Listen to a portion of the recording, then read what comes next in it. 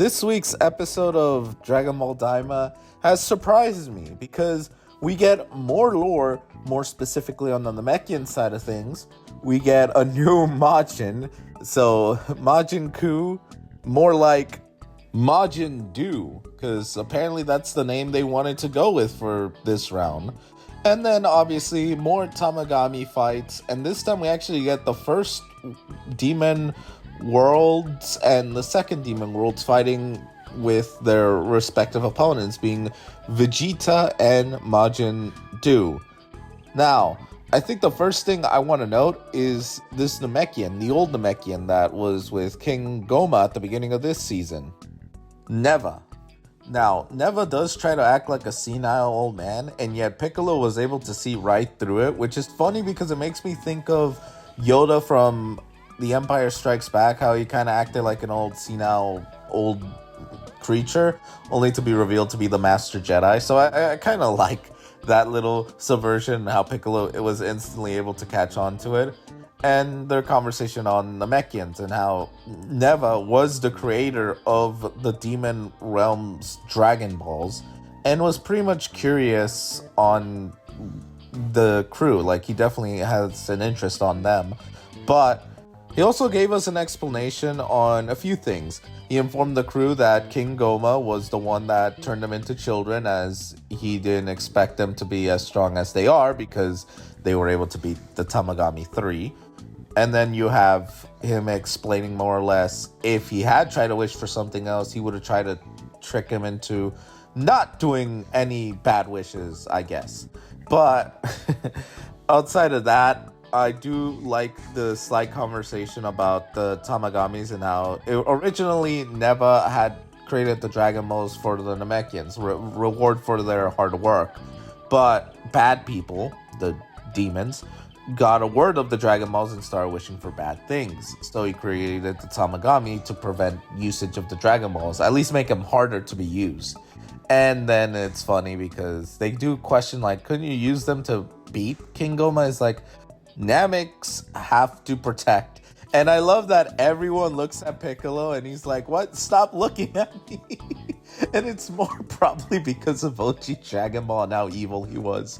Or, well, his reincarnation. Because keep in mind, Piccolo is a reincarnation of King Piccolo. But outside of that, we do get an interesting little lore drop that most Dragon Ball fans weren't aware of.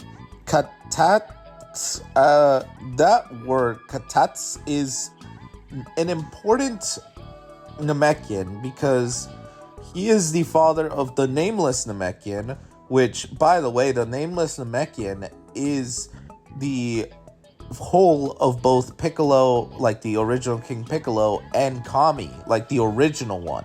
Because it kind of goes back to old Dragon Ball, OG Dragon Ball, where they kind of spoke about how the Nameless Namekian, which was a combination of Kami and Piccolo, how they kind of were together, and this Nameless Namekian was the original one, who was the son of Katats, and then he obviously like split into two so he could separate the evil, which was King Piccolo. And then we have King Piccolo shooting out like his egg so that way he can be reincarnated, and you know, all that fun lore. Like, I was actually pretty happy when I heard that name because it's been a long time since I even heard that name. But yeah, we get more lore on that, and obviously they take the old Namekian with them so they can go and take on the second Tamagami. And then as for the first, he does get another fight, but before we get to that fight, Majin Do. I don't know what to feel about that. Like, I don't know, the name's kind of off. Obviously this one's stronger because Mad Scientist is mad that Majin Ku is not strong enough, and that obviously she views him as worthless at this point. So they make another one. And I love that Majin Ku's like, oh, I gotta have a younger brother. And I like a little bit of the dynamics. So obviously I'm more or less on Majin Ku's side. Like, he's not evil. He's just following the wrong crowd. Obviously the creation of Majin Do, he's like, definitely looks a little more like Majin Buu, just green.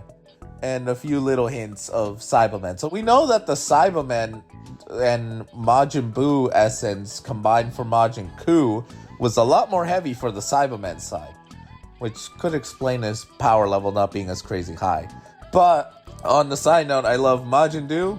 I want chocolate. So yeah, Majin Buu essentially personality, since the original Majin Buu, Kid Buu, is necessarily not the main essence that they took, or that at least the mad scientist took, so it makes sense that Majin Buu is not as evil per se.